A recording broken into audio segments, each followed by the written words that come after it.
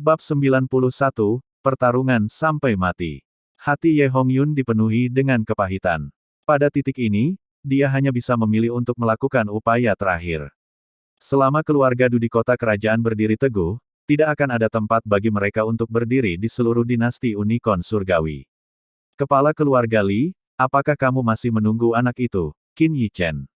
Lin Huarong menghela nafas, juga tidak bisa menahan senyum masam. Menghadapi keluarga Du, bahkan jika ketiga keluarga bersatu, mereka tidak akan bisa menang. Satu-satunya harapan mereka adalah pemuda itu. Namun, dalam waktu setengah bulan yang singkat ini, bahkan jika dia kembali, seberapa besar dampak yang dapat dibuatnya? Sebenarnya, Lin Huarong lebih berharap Qin Yichen tidak akan kembali. Dengan bakatnya, jika dia tumbuh dewasa di masa depan, masih akan ada kesempatan baginya untuk membalas dendam. Haha, sejujurnya, Pak Tua Lin, aku percaya pada anak itu. Li Yuanfei tertawa terbahak-bahak, tatapannya jatuh pada Qin Haoran dan istrinya, yang memasang ekspresi khawatir dan tidak jauh darinya. Saat mengungsi, dia telah melindungi orang tua Qin Yichen dengan sekuat tenaga. Dia yakin bahwa Qin Yichen pasti akan kembali. Dia juga yakin bahwa Qin Yichen adalah satu-satunya kesempatan mereka untuk menang melawan keluarga Du.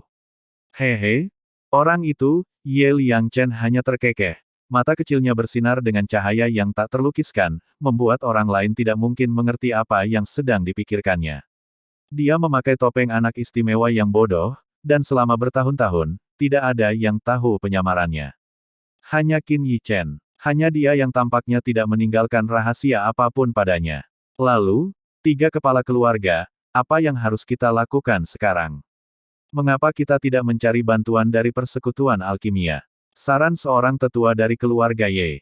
Tidak ada gunanya, Li Yuanfei menggelengkan kepalanya dan berkata, karena keluarga Du sudah bergerak, mereka pasti sudah memperhitungkan semua kekuatan di kota Spreading Cloud. Selain itu, persekutuan alkimia selalu menahan diri untuk tidak ikut campur dalam masalah seperti itu. Tidak peduli kepada siapa kita meminta bantuan, itu tidak akan membuat perbedaan. Dia melihat dengan jelas rencana ini. Lalu, apakah kita akan menunggu di sini untuk mati? Di aula, beberapa orang mulai membuat keributan lagi. Semuanya, pada titik ini, kita harus bersiap untuk yang terburuk. Lin Huarong angkat bicara. Tatapannya tajam saat dia menyapu seluruh ruangan. Saya sarankan kita pertama-tama mengirim keluarga Qin Yichen, dan beberapa anak muda dari keluarga Ye, keluarga Li, dan keluarga Linku melalui jalan rahasia keluar dari kota Spreading Cloud, untuk melestarikan garis keturunan keluarga kita. Kita harus percaya bahwa selama Qin Yichen ada, ketiga keluarga kita akan memiliki kesempatan untuk bangkit kembali. Memang, pada titik ini, tidak ada jalan kembali. Berbicara tentang pemuda itu, ekspresi semua orang menjadi agak rumit. Boom, saat itu, tiba-tiba, suara gemuruh seperti guntur bergema di langit dan bumi. Pada saat yang sama, suara itu juga menarik perhatian semua orang di Spreading Cloud City. Suara itu datangnya dari tempat keluarga Ye berada. Apakah mereka akan bergerak melawan keluarga Ye? Jalanan yang awalnya masih dipenuhi pejalan kaki, tiba-tiba menjadi kosong, takut terlibat. Di aula utama rumah keluarga Ye, setelah mendengar ledakan ini, wajah semua orang menjadi pucat. Bagaimanapun, suara ini jelas berasal dari luar rumah keluarga Ye. Saat ini, di luar rumah keluarga Ye, di jalan yang lebar, penuh dengan orang. Sejauh mata memandang, setidaknya ada beberapa ratus orang. Ratusan orang itu semuanya mengeluarkan bau darah. Mereka semua jelas adalah pejuang tangguh yang telah melalui banyak pertempuran. Di depan ratusan orang itu ada tiga sosok utama, satu di depan dan dua sedikit di belakang. Sosok yang berjalan di paling depan memiliki tubuh ramping. Anehnya, sosok itu adalah seorang wanita yang mengenakan cadar merah. Di belakangnya ada dua pria parubaya, satu tinggi dan satu pendek. Yang pendek agak gemuk dengan mata kecil yang bersinar dengan licik, sedangkan yang tinggi berkulit gelap dan berotot dengan otot-otot yang menonjol. Saat mengikuti di belakang wanita itu, tidak ada tanda-tanda rasa tidak hormat di mata mereka. Malah, tatapan mereka ke arah punggung wanita itu dipenuhi dengan kekhawatiran yang mendalam. Mereka bertiga berjalan santai di depan, seperti sedang berjalan santai, namun mereka memberikan tekanan tak kasat mata kepada orang di sekitar mereka. Ketiganya merupakan tokoh terkenal dalam dinasti Unicorn Surgawi.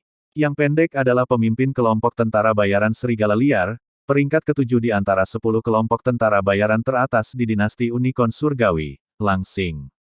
Yang bertubuh jangkung itu adalah pemimpin kelompok tentara bayaran Harimau Ganas, peringkat 9, Yanhu. Dan wanita di depan adalah pemimpin kelompok tentara bayaran Ton, peringkat ketiga, yang dikenal sebagai Sue Meigui. Barang siapa meremehkannya karena dia seorang wanita, orang itu akan mengalami kematian yang sangat menyedihkan. Di antara 10 kelompok tentara bayaran teratas, masing-masing tidak lemah. Bahkan kelompok tentara bayaran Harimau Ganas, yang berada di peringkat ke-9, memiliki kekuatan yang sebanding dengan keluarga Li, apalagi kelompok tentara bayaran Ton yang berada di peringkat ketiga. Jika tidak, keluarga Li dan Lin tidak akan hancur dalam semalam. Sesampainya di depan gerbang rumah keluarga Ye yang tertutup rapat, Sue Meigui tidak menunjukkan niat untuk bergerak. Langsing dan Yanhu di belakangnya saling berpandangan, kedua sudut mulut mereka melengkung membentuk lengkungan dingin. Sampah dari keluarga Ye, serahkan diri kalian dan serahkan formula itu. Jika orang hebat ini sedang dalam suasana hati yang baik, aku bahkan mungkin meninggalkan kalian dengan mayat yang utuh. Langsing angkat bicara, teriakannya yang dingin, terbungkus energi Yuan yang kental, bergema di seluruh rumah keluarga Ye. Pada saat ini, semua mata di rumah keluarga Ye tertuju ke arah gerbang. Sungguh hebat. Hanya satu teriakan membuat wajah Lin Huarong berubah. Putra-putra keluarga Lin, ikuti aku keluar untuk membunuh musuh. Lin Huarong berdiri dari tempat duduknya dan berjalan lurus menuju pintu. Di matanya, tidak ada sedikit pun rasa takut, hanya tekad untuk bertarung sampai mati. Apakah kalian ingin melarikan diri lagi? Tatapan mata Li Yuanfei menyapu seluruh anggota keluarga Li. Berhadapan dengan tatapan matanya dan mendengar kata-kata ini, mata banyak anggota keluarga Li menyala dengan api yang berkobar. Bagaimana mereka bisa melupakan dendam keluarga mereka yang dimusnahkan? Saudara-saudara, ikuti aku. Mari kita bertarung sampai mati. Li Yuanba memanggul sepasang palu raksasa dan berdiri, berjalan keluar berdampingan dengan Lin Huarong. Di belakang mereka, yang lain mengikuti. Ye Liangchen, setelah mengatur seseorang untuk membawa pergi orang tua Qin Yi Chen, juga berjalan keluar, tidak memilih untuk mundur. Di luar aula utama, para prajurit tangguh dari 3 keluarga sudah menunggu. Kerumunan yang awalnya gelisah menjadi tenang ketika mereka melihat 3 kepala keluarga berjalan keluar bersama. Sekelompok tentara bayaran berani datang ke kota awan tersebar untuk membuat masalah, ingin memusnahkan keluarga kita. Semuanya, mari kita tunjukkan kepada mereka dengan tindakan kita bahwa mereka yang lahir di kota awan tersebar tidak boleh diganggu. Suara Ye Liangchen bergema di seluruh rumah keluarga Ye, membangkitkan semangat juang semua orang. Bunuh, bunuh, bunuh. Niat membunuh membumbung tinggi ke langit saat semua orang, dipimpin oleh Lin Huarong, Li Yuanba, dan Ye Hongyun, mereka berjalan menuju gerbang bersama. Ledakan. Sebelum Lin Huarong dan yang lainnya mencapai gerbang rumah keluarga Ye tiba-tiba terbuka dengan keras disertai suara yang keras, berubah menjadi hujan serpihan kayu. Dengan dibukanya gerbang, ratusan tentara bayaran mengalir masuk. Tatapan mata Lin Huarong segera tertuju pada ketiga sosok itu, dan pupil matanya tak dapat menahan diri untuk tidak mengecil. 2 Martial Grandmaster tahap puncak tingkat pertama, 1 di tingkat kedua, saat tatapannya jatuh pada Sue Meigui, Lin Huarong juga menarik napas dalam-dalam, wajahnya berubah muram. Tanpa diduga, di antara tentara bayaran yang disewa oleh keluarga Du, bahkan ada seorang Martial Grandmaster tahap puncak tingkat kedua. Jika para ahli kuat dari keluarga Du datang, mereka mungkin setidaknya berada di tingkat ketiga dari tahap puncak, bukan? Bab 92, kau pikir kau mampu melakukan itu? Apa kau masih berpikir kau bisa melawan? Melihat formasi keluarga Ye, keluarga Lin, dan keluarga Li, mulut Langsing melengkung membentuk senyum mengejek. Namun, ketika tatapannya menyapu kerumunan dan menyadari kehadiran Lin Huarong, kelopak matanya tanpa sadar berkedut. Faktanya, dia tidak menyangka bahwa di kota tingkat rendah seperti itu, akan ada seorang Grandmaster bela diri tingkat puncak tingkat kedua yang kuat. Lin Huarong memiliki beberapa ketenaran di wilayah Spreading Cloud City, tetapi hal ini belum mencapai Royal City. Bahkan jika hal itu terjadi, tidak akan ada yang memperhatikannya. Sekelompok katak di dalam sumur, apakah kalian benar-benar berpikir punya peluang untuk bertahan hidup? Yanhu juga angkat bicara, nadanya penuh ejekan. Setelah menyinggung keluarga Du di kota kerajaan, tidak ada kemungkinan untuk diampuni. Kata-katanya hanyalah sebuah pengingat bagi 3 keluarga besar. Jika kalian ingin mayat kalian tetap utuh, sebaiknya kalian menyerah dengan patuh. Langsing menyipitkan mata kecilnya ke arah Lin Huarong. Bagaimanapun, menghadapi Martial Grandmaster tingkat puncak tingkat kedua yang tak terduga ini membuatnya merasa tidak tenang. Perkataan mereka yang terang-terangan langsung menimbulkan gelombang kemarahan di antara orang-orang di rumah keluarga Ye. Apakah kamu patriark keluarga Ye, Ye Hongyun? Tatapan mata Sue Meigui tertuju pada Ye Hongyun, suaranya yang dingin datang dari balik kerudungnya. Apa yang kamu inginkan? Ye Hongyun tidak takut. Serahkan formula itu, dan mungkin aku bisa memberimu cara untuk hidup. Bibir Sue Meigui melengkung membentuk lengkungan yang menggoda, matanya yang ramping dan memikat bersinar dengan sedikit hasrat. Meskipun lelang keluarga Ye belum diadakan, barang-barang untuk lelang tersebut telah bocor. Dia juga telah menerima berita tersebut. Jika dia bisa mendapatkan beberapa formula itu, dia, Sue Meigui, tidak akan pernah perlu tunduk kepada orang lain lagi. Gadis kecil, jika kau bersedia menjadi menantu keluarga Yeku, tentu saja aku bisa membiarkanmu menyimpan formulanya. Ye Liangchen membusungkan perutnya yang besar sambil menatap sosok rampingnya. Ia terkekeh, dengan air liur menggantung di sudut mulutnya, menyebabkan wajah Sue Meigui menjadi dingin. Bunuh saja pantat gendut itu untukku. Suara dingin yang dipenuhi dengan niat membunuh yang kuat datang dari balik kerudung, membuat Fatih Ye ketakutan dan meratap, tolong. Wanita gila ini ingin membunuh suaminya. Tingkah lakunya yang konyol itu membuat suasana hati semua orang menjadi lebih buruk, dan banyak yang bahkan ikut tertawa. Namun, Sue Meigui begitu marah sehingga tubuhnya yang halus bergetar. Sebagai pemimpin kelompok tentara bayaran peringkat ketiga di dinasti, kapan dia pernah dihina seperti ini? Dia bersumpah bahwa dia harus memenggal kepala si gendut itu sendiri untuk melampiaskan kebenciannya. Membunuh. Mengikuti perintah Sue Meigui, ratusan prajurit kuat di belakangnya berteriak keras, membawa niat membunuh yang dahsyat, menyerbu ke arah tanah luas keluarga Ye. Ledakan pembunuhan yang meletus dalam sekejap membuat wajah banyak penonton menjadi pucat. Meskipun Langsing dan Yan Hu agak tidak senang dengan nada perintah Sue Meigui, mereka tidak menunjukkannya di wajah mereka. Sebaliknya, mereka segera melampiaskan kemarahan ini kepada orang-orang dari 3 keluarga. Sampah, cicipi palu kakekmu. Menghadapi gelombang orang-orang dari 3 kelompok tentara bayaran, Li Yuanba memegang sepasang palu raksasa yang menarik perhatian, memimpin untuk menghadapi mereka. Saat dia mengayunkan palunya, seorang Martial Grandmaster tahap awal dari aliansi tentara bayaran langsung terlempar kembali, menyemburkan darah. Biarkan aku berurusan denganmu. Melihat ini, Yan Hu menyerbu ke depan dengan pedang besarnya, menebas ke arah Li Yuanba. Ayolah, kau pikir kakekmu takut padamu? Li Yuanba mengayunkan palu raksasanya secara horizontal ke arahnya. Itu adalah gerakan pertama dari teknik bela diri palu penguasa, menyapu ribuan pasukan. Meskipun dia masih menggunakan bentuk dasar dari teknik bela diri palu penguasa, teknik itu masih membawa momentum yang memandang rendah dunia dan menyapu bersih segalanya. Satu pukulan ini cukup kuat untuk menakuti Yan Hu agar menghindarinya. Dia tidak berani menghadapinya secara langsung. Setelah menstabilkan dirinya, wajah Yan Hu langsung berubah menjadi warna hati babi. Dia, seorang Martial Grandmaster tingkat pertama yang hebat, benar-benar dipaksa mundur oleh seorang Martial Grandmaster yang bahkan belum mencapai tahap puncak. Jika ini menyebar kembali ke kota kerajaan, dia tidak akan pernah mampu mengangkat kepalanya lagi. Sialan, aku akan mengulitimu hidup-hidup. Yan Hu menyerang lagi. Lawanmu adalah aku. Saat Sue Meigui bergegas menuju Ye Liangchen, Lin Huarong menghalanginya. Langsing diblokir oleh pasukan gabungan Ye Hongyun dan Li Yuanfei. Namun, karena mereka adalah kelompok tentara bayaran dari kota kerajaan, setiap kelompok tentara bayaran memiliki tidak kurang dari 10 Martial Grandmaster yang kuat.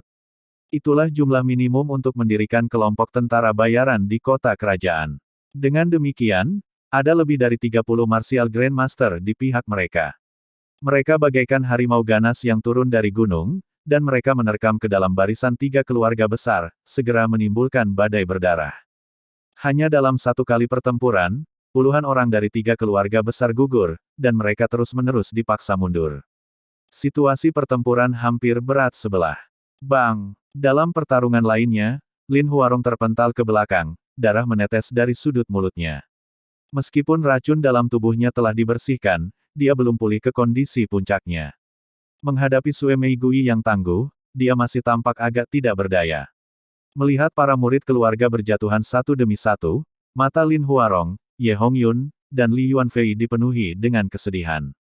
Saudara-saudara, bunuh mereka. Bunuh satu untuk mencapai titik impas, bunuh dua untuk mendapatkan keuntungan. Hei Gui meraung, tubuhnya berlumuran darah, dengan lebih dari selusin luka bersilang, beberapa bahkan cukup dalam hingga tulangnya terlihat.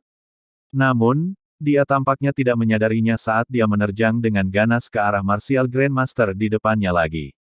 Hehe, seorang tetua dari keluarga Ye terpotong bahunya oleh pedang, darah berceceran, tetapi alih-alih mundur, dia malah menyerang ke depan, menabrak tentara bayaran di depannya, menggigit telinga tentara bayaran itu. Tawa dingin keluar dari mulutnya, penampilannya begitu garang, dia seperti iblis dari neraka yang datang untuk merenggut nyawa mereka. Akan tetapi, gaya bertarung yang putus asa seperti itu hampir tidak mampu menahan serangan para tentara bayaran. Hanya dalam waktu 10 menit, lebih dari separuh orang dari 3 keluarga besar telah tumbang, dan area kendali mereka telah menyusut ke bagian depan aula dari sebelumnya. Tentu saja, kelompok tentara bayaran tidak jauh lebih baik. Meskipun mereka kejam dalam tindakan mereka, mereka sekarang menghadapi sekelompok orang yang jelas-jelas tidak takut mati. Bahkan jika mereka mati, mereka ingin menggigit sepotong daging dari mereka. Mereka ketakutan. Lagi pula, manusia masih takut dengan kematian. Setelah memaksa orang-orang dari 3 keluarga besar masuk ke aula, melihat Li Yuanba dan Lin Huarong berdiri di pintu, serangan kelompok tentara bayaran melambat. Sue Meigui, Yan Hu, dan Lang Xing semuanya terengah-engah. Melihat personel mereka yang hilang, mereka juga merasakan pedih. Dari lebih dari 30 Grandmaster bela diri, mereka kini telah kehilangan lebih dari selusin. Mereka adalah tulang punggung kelompok tentara bayaran mereka. Tentu saja, keuntungan yang mereka peroleh dari datang ke Spreading Cloud City jauh melebihi hadiah yang diberikan oleh keluarga Du. Setelah menghancurkan 3 keluarga besar, mereka masing-masing dapat membina keluarga untuk diri mereka sendiri guna mengumpulkan kekayaan. Memikirkan manfaat masa depan, ekspresi mereka sedikit membaik. Hari ini, tidak akan ada lagi keluarga Ye. Lang Xing menyipitkan mata kecilnya, bertukar pandang dengan Yan Hu, berencana untuk bergabung. Kau pikir kau mampu melakukan itu? Namun, pada saat ini, suara dingin datang dari pintu masuk rumah keluarga Ye. Bab 93, siapa kamu menurutmu? Suaranya tidak keras, tetapi datangnya tiba-tiba dan sangat provokatif. Hal itu membuat semua orang di rumah keluarga Ye menoleh. Mendengar suara ini, Li Yuanba dan Lin Huarong yang berdiri di pintu aula pertemuan gemetar. Mereka melihat ke arah suara itu dan melihat sosok yang dikenalnya. Di pintu masuk rumah keluarga Ye tampak seorang lelaki tua dan seorang pemuda berjalan masuk. Keduanya berpakaian sangat biasa. Si lelaki tua tampak mengantuk, seolah-olah ia akan tertidur sambil berdiri. Si lelaki muda masih remaja, tetapi wajahnya sangat dingin, matanya yang gelap dipenuhi amarah yang membara. Pendatang baru tentu saja adalah Qin Yi Chen dan Zhou Xiaochang. Nak, apakah kamu bosan hidup? Seorang tentara bayaran Martial Master tertegun sejenak sebelum senyum ganas muncul di wajahnya. Dia mengayunkan pedangnya ke arah leher Qin Yi Chen. Krak, telapak tangan Qin Yi Chen dilapisi dengan lapisan energi Yuan putih. Dia meraih bilah pedang yang datang, dengan paksa menekuknya. Pedang panjang yang kokoh itu langsung patah menjadi dua. Sebelum tentara bayaran Martial Master itu bisa bereaksi, dia merasakan hawa dingin di dadanya, dan kemudian dia jatuh ke dalam kegelapan total. Melihat ke arah tentara bayaran yang telah tertusuk pedangnya sendiri sampai mati, semua orang akhirnya memperhatikan pemuda ini dengan ama. Hanya dalam waktu 10 hari, dia membaik begitu cepat. Melihat bagaimana Qin Yi Chen dengan mudah menghadapi seorang master bela diri, mata Lin Huarong melebar, hatinya terkejut. Dia benar-benar tidak bisa dinilai dengan standar normal. Cepat tinggalkan tempat ini. Memikirkan situasi saat ini, Lin Huarong tidak dapat menahan diri untuk tidak berteriak, wajahnya penuh dengan urgensi. Jika Qin Yi Chen mati di sini, kita benar-benar tidak akan memiliki kesempatan untuk bangkit kembali. Kepung mereka, teriak Lang Xing dengan keras, dan segera sekelompok tentara bayaran mengepung lelaki tua dan pemuda itu. Meskipun dikepung, Qin Yi Chen tetap tenang dan kalem. Bahkan, Dia tampak tidak berniat melarikan diri. Hal ini menyebabkan Sue Meigui menyipitkan matanya dan fokus pada lelaki tua di sampingnya. Setelah mengamati cukup lama, dia tetap tidak dapat menemukan apapun. Lelaki tua ini tampak seperti orang biasa. Sue Meigui tidak bisa merasakan sedikit pun fluktuasi energi Yuan darinya. Namun, hal ini membuat ekspresi Sue Meigui semakin serius. Mengapa seorang lelaki tua biasa muncul di sini? Jika tidak ada kemungkinan lain, kultivasi lelaki tua ini berada di atasku. Hal ini memicu alarm dalam pikiran Sue Meigui. Tentu saja, enyahlah. Dengan kata-kata sederhana ini, kelompok tentara bayaran yang mengelilingi Qin Yichen dan Zhou Xiaochang semuanya terlempar. Tidak dapat mengendalikan jatuhnya mereka semua mendarat dengan menyedihkan. Bahkan Grandmaster bela diri di antara mereka pun tidak terkecuali. Bagaimana ini mungkin? Mata semua orang dipenuhi dengan keterkejutan, wajah mereka tampak seperti melihat hantu, tidak dapat bereaksi untuk waktu yang lama.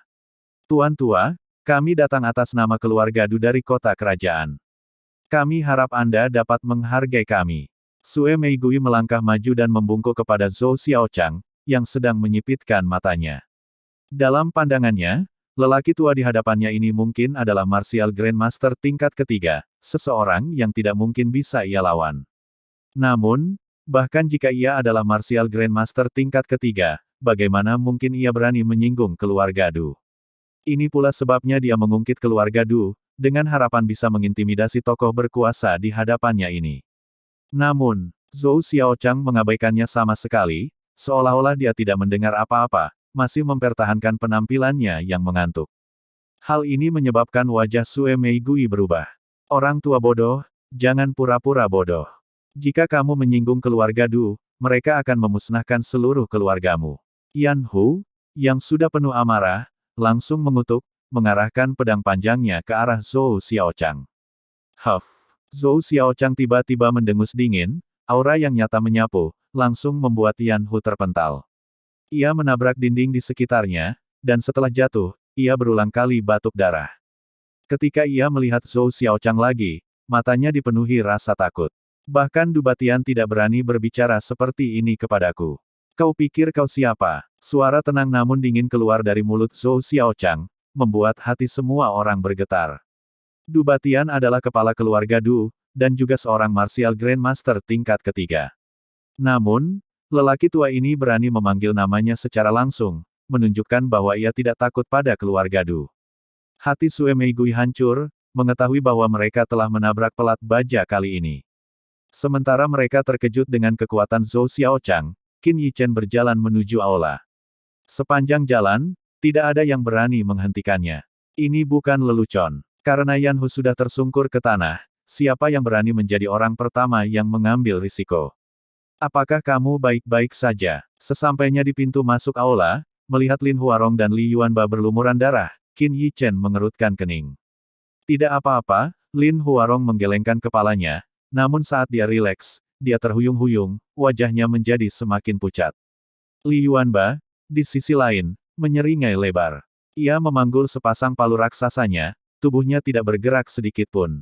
Buka mulut kalian. Qin Yichen mengeluarkan botol giok kecil, dengan susah payah mengeluarkan 2 tetes susu roh berusia 1000 tahun, mengirimkan 1 tetes ke masing-masing mulut mereka. Begitu susu roh berusia 1000 tahun masuk ke mulut mereka, susu itu berubah menjadi mata air bening yang menyebar ke seluruh tubuh mereka. Li Yuanba dan Lin Huarong tidak ragu-ragu dan langsung duduk bersila di ambang pintu. Mereka benar-benar tenggelam dalam menyerap sepenuhnya khasiat obat dari susu roh berusia 1000 tahun. Hehe, bocah nakal, akhirnya kau kembali. Ye Liangchen melangkah keluar dari dalam, ekspresinya menunjukkan bahwa beban di hatinya yang khawatir telah hilang. Aku kembali terlambat, menyebabkan kalian semua mendapat masalah. Melihat noda darah di seluruh halaman, ekspresi Qin Yichen menjadi berat. Senang kau kembali. Li Yuanfei dan Ye Hongyun juga keluar dari dalam, tetapi tatapan mereka tetap pada Zhou Xiaochang, yang berada di samping Qin Yichen. Mereka membuka mulut, ingin bertanya, tetapi tidak berani. Karena lelaki tua yang mengantuk di hadapan mereka ini jelas-jelas tidak menanggapi mereka dengan serius sama sekali. Adegan di halaman tadi, mereka lihat dengan jelas dari dalam aula. Lelaki tua di hadapan mereka ini jelas seseorang yang tidak boleh mereka ganggu. Di kejauhan, seorang lelaki tua dan seorang pemuda berusia 20-an berdiri di sebuah gedung tinggi, melihat ke arah situasi di rumah keluarga Ye. Saat melihat Zhou Xiaochang muncul, wajah lelaki tua itu mula-mula menampakkan ekspresi terkejut, lalu berubah menjadi ketakutan. Paman Pin, ada apa? Melihat reaksinya, pemuda itu bertanya. Orang tua itu menunjuk ke arah Zhou Xiaochang, bibirnya bergetar, adalah pedang surgawi. Ketika kata-kata, Heavenly Blade, keluar dari mulutnya, wajah pemuda itu pun berubah drastis. Tidak mungkin. Bukankah lelaki tua itu sudah menyendiri selama hampir 100 tahun? Bagaimana mungkin dia bisa muncul di tempat seperti ini? Pemuda itu tidak dapat mempercayainya. Namun, melihat Zhou Xiaochang melukai Yan Hu dengan parah hanya dengan auranya, pemuda itu terdiam. King Li, ayo pergi. Melihat ekspresi gelap pemuda itu, lelaki tua itu menghela nafas dan menasihati.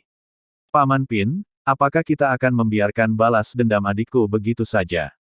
Wajah Du Qingli tampak sopan tetapi pada saat yang sama marah saat dia mengepalkan tinjunya. Tentu saja tidak. Kilatan tajam melintas di mata lelaki tua itu. Kakakmu akan segera kembali. Kakak Zhang Xiong. Kenapa dia kembali? Mungkinkah dia kembali untuk menikahi Putri Ling Han? Du Qingli sepertinya teringat sesuatu dan sedikit kegembiraan melintas di matanya. Benar sekali. Lelaki tua itu mengangguk, menikahi putri adalah satu hal. Kedua, kakakmu telah memperoleh kesempatan lain, dan telah disukai oleh seorang tetua dari sekte besar. Ia telah diterima sebagai murid pribadi. Dengan latar belakangnya yang baru, mengapa kita perlu takut pada anjing tua Xiao Chang itu? Jadi, begitu kakakmu kembali, kita dapat mencabut keluarga Zhou jika perlu. Bab 94, Sang Putri sedang hamil. Sue Meigui putus asa. Orang-orang dari keluarga Du masih belum muncul. Jelas, bahkan keluarga Du tidak mau memprovokasi lelaki tua yang kuat ini dan dia telah ditinggalkan oleh mereka.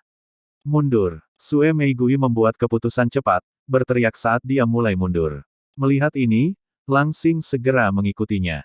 Kau membunuh orang-orang dari keluarga Liku, dan kau pikir kau bisa meninggalkan kota Spreading Cloud. Tepat pada saat itu, sebuah suara seperti petir bergema, hampir dapat didengar oleh separuh kota Spreading Cloud. Saat suara itu jatuh, Li Yuanba, yang duduk bersila, berdiri. Aura di sekelilingnya tidak berkurang, tetapi malah meningkat. Setelah mengonsumsi setetes susu roh berusia 1000 tahun, dia telah berhasil menjadi Martial Grandmaster tahap puncak tingkat pertama. Datang dan hadapi kematian. Pukulan palu pertamanya ditujukan pada Yan Hu yang tengah disokong orang lain.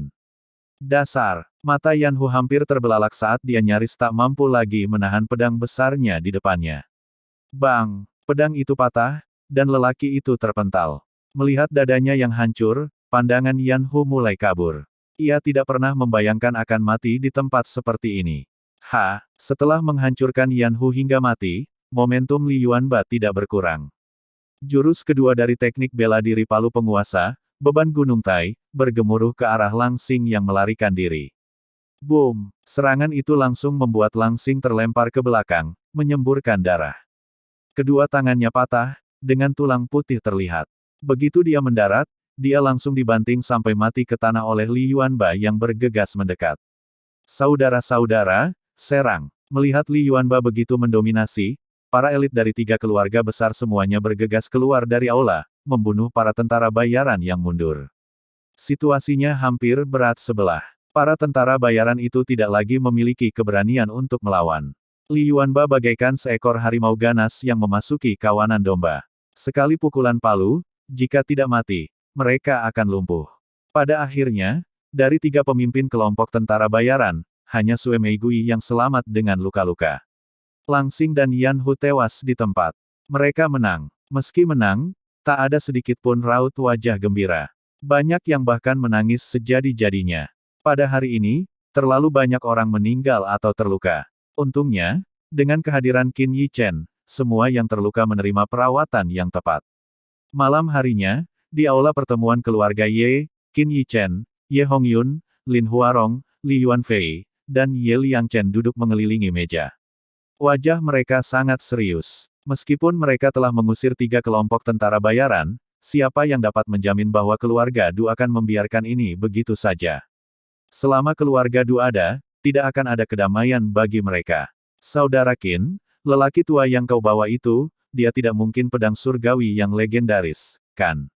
Ye Liangchen berbicara lebih dulu, menyipitkan mata kecilnya saat dia menatap Qin Yichen. Benar sekali. Qin Yichen mengangguk, membenarkannya. Ah, Ye Hongyun, Li Yuanfei, dan Lin Huarong segera menarik napas dalam-dalam, mata mereka dipenuhi dengan keterkejutan. Hanya dalam beberapa hari ini, bocah ini tidak hanya meningkatkan kekuatannya tetapi dia juga telah membawa kembali ahli terkuat di dinasti. Senior Zhou tidak akan mengambil tindakan terhadap keluarga Du. Untuk menghancurkan keluarga Du, kita masih perlu mengandalkan diri kita sendiri. Melihat harapan dan harapan di mata mereka, Qin Yichen mengingatkan mereka. Keluarga Du tidak sebanding dengan beberapa kelompok tentara bayaran itu. Mereka memiliki akar yang dalam di dinasti Unicorn Surgawi. Belum lagi, apakah Zhou Xiaochang akan mengambil tindakan, bahkan jika dia melakukannya, dia sendiri tidak dapat menjatuhkan seluruh keluarga Du. Meskipun senior Zhou tidak akan mengambil tindakan terhadap keluarga Du, dengan dia di sini, keluarga Du tidak akan bertindak gegabah terhadap kita. Pernyataan ini membuat semua orang bernapas lega. Kelimanya berbicara hingga larut malam sebelum Qin Yichen kembali ke kediaman yang diatur oleh keluarga Ye. Ayahnya dan ibunya masih terjaga. Chener sudah kembali. Melihat putranya masuk, wajah Qin Haoran menunjukkan ekspresi puas. Dia telah mendengar tentang kejadian hari ini dan semakin menyadari bahwa putranya menjadi semakin tidak terduga. Nak, kamu baik-baik saja. Kamu tidak terluka dimanapun, kan? Ibu Qin Yichen, Du Binglan, dengan cemas maju ke depan, meraba-raba seluruh tubuhnya. Bu, jangan khawatir. Aku tidak selemah yang kamu kira. Meskipun Qin Yichen tersenyum pahit, hatinya sangat hangat. Ini adalah kasih sayang keluarga. Baru setelah kehilangannya, saya benar-benar mengerti betapa berharganya ini. Saya bersyukur melihat mereka begitu peduli terhadap kesejahteraan saya. Nak, pergi ke pegunungan setan hitam tanpa sepatah kata pun. Jika sesuatu terjadi padamu, apa yang akan dilakukan ibumu? Du Binglan memukulnya pelan. Dia tidak peduli seberapa hebat prestasi putranya, selama dia aman. Keluarga itu penuh dengan kebahagiaan dan keharmonisan.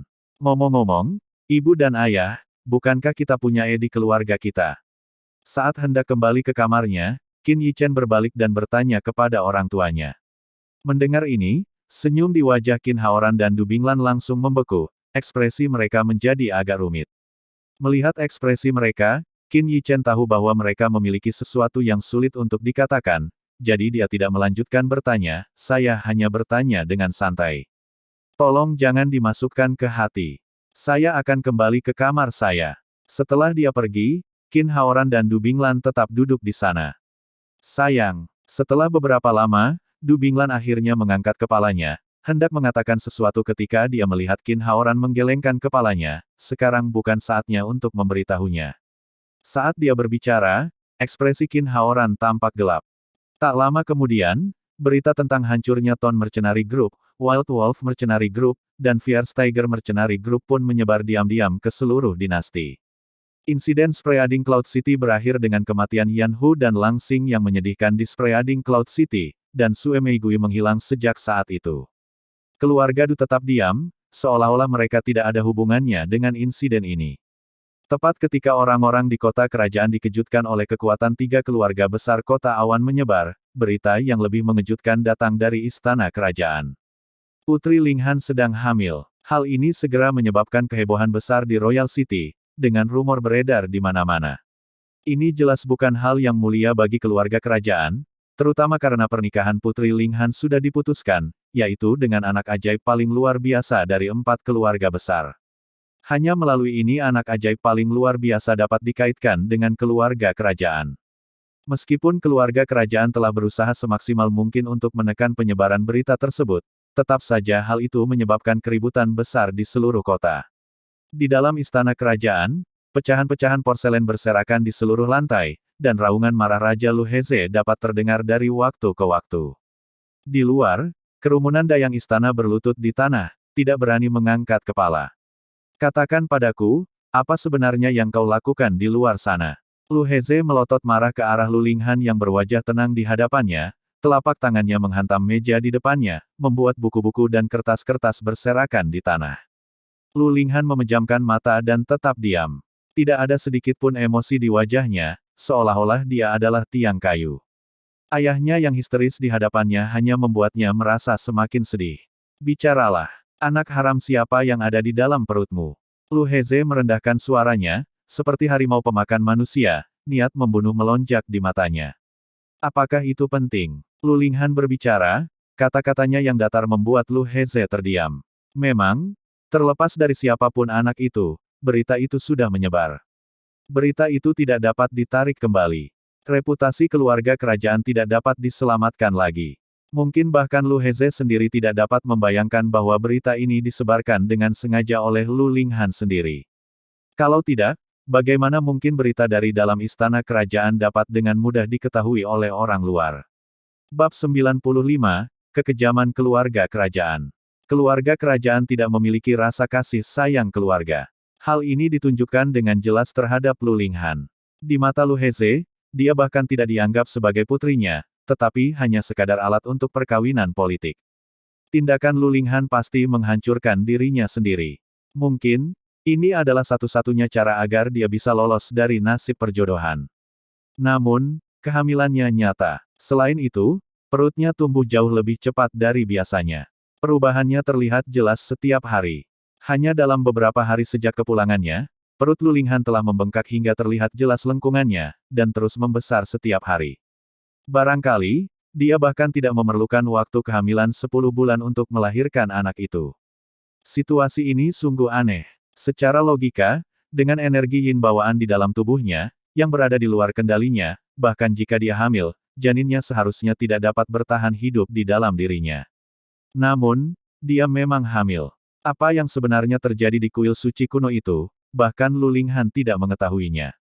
Meskipun dia memiliki beberapa bagian ingatan tentang apa yang terjadi, namun ingatan itu sangat kabur. Namun, anak dalam perutnya seharusnya adalah miliknya. Saat memikirkannya, dia tidak bisa tidak memikirkan teknik rahasia yang ditinggalkannya, teknik tubuh abadi kegelapan yang mendalam. Mungkin sudah waktunya untuk mulai mempraktikkannya. Aku tidak peduli apa yang kau rencanakan, perjodohan ini tidak akan dibatalkan. Jika kau tidak bisa membuat keputusan, maka aku akan melakukannya untukmu. Lu Heze pergi dengan mengibaskan lengan bajunya, meninggalkan Lu Linghan yang berwajah kaku. Sebenarnya, Lu Heze masih memiliki rasa sayang keluarga padanya, kalau tidak, mengapa dia membiarkannya memilih suaminya sendiri. Namun, kali ini, dia benar-benar telah menyentuh batasnya. Hais, Lu Linghan mendesah pelan, tatapannya beralih ke cakrawala di luar istana kerajaan. Akankah dia datang menjemputku? Lu Linghan merasakan sedikit antisipasi, namun lebih dari itu, kekhawatiran. Tak lama kemudian, sebuah pesan dikirim dari istana kerajaan. Pada hari pertama bulan lunar pertama, sang putri akan memilih suaminya. Setelah berita itu tersebar, semua anak ajaib dinasti menjadi aktif. Putri Lu Linghan dikenal sebagai wanita tercantik nomor 1 di dinasti Unicorn Surgawi. Kecantikan dan statusnya membuat para pria secara otomatis mengabaikan kekurangannya. Orang-orang dari 4 keluarga besar di kota kerajaan juga tidak mempedulikannya. Yang mereka hargai bukanlah Lu Linghan sebagai pribadi, tetapi apakah mereka bisa lebih dekat dengan keluarga kerajaan. Berita itu, tentu saja, dengan cepat juga sampai ke Spreading Cloud City. Hari pertama bulan lunar pertama.